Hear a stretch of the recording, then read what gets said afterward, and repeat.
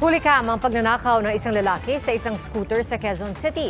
At sa follow-up operation, naaresto ang driver ng taxi na sinakyan ng suspect para isagawa ang krimen. Saksi, si Emil Sumangil, exclusive. Bumaba sa taxi ang isang lalaki di kalayuan sa bahaging ito ng Quezon City. Naglakad siya papunta malapit sa paradahan ng mga motorsiklo, saka nagmasid-masid. Binalikan niya ang naghihintay na taxi, sumakay siya pero bumaba rin kalaunan, saka nilapitan ng isa sa mga nakaparadang scooter. Sinakyan niya ito at agad na napaandar ng mabilis. Ang nangyari po ay sinira ko yung mismong ignition switch niya para ma-start lang ho niya. Unattended sir yung motor. So bali nadaanan po nitong grupo. At ang modus po nila ay stolen while unattended. So ang ginagawa po nila sir is may mga lookout sila. Tapos ang gagawin nung isa ibababa po. Pag wala nakita na clear yung lugar sir ay kukunin po nila yung motor.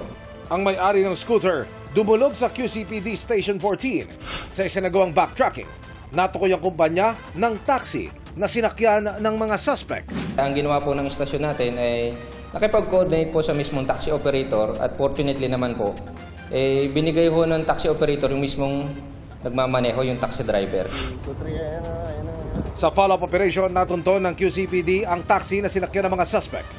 Nakaparada ito sa tabing kalsada at ang driver inabutang natutulog sa loob.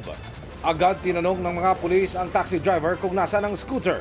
Ang taxi driver po kasabot ho kasi nung naitanong kung nasaan ho nila nailagay yung motor, ay dali-dali po niyang itinuro kung saan talaga yung naidala yung motor. Pero itinanggi ng taxi driver na kasabwat siya sa nakawan. Sabi nila, balikan. Arkilain daw nila ako papuntang Holy Spirit. Tapos po, nung nasa Holy Spirit na kami, hindi ko po alam kung anong ginagawa nila doon. Sabi nila may kukunin lang daw sila motor. Tapos maya-maya po, pagkaparada ko, bigla po silang may kinuha motor. Sunod na natunto ng QCPD ang isa pa sa mga suspect. Ikaw ay may karapatang manahimik o magsulang ginuha.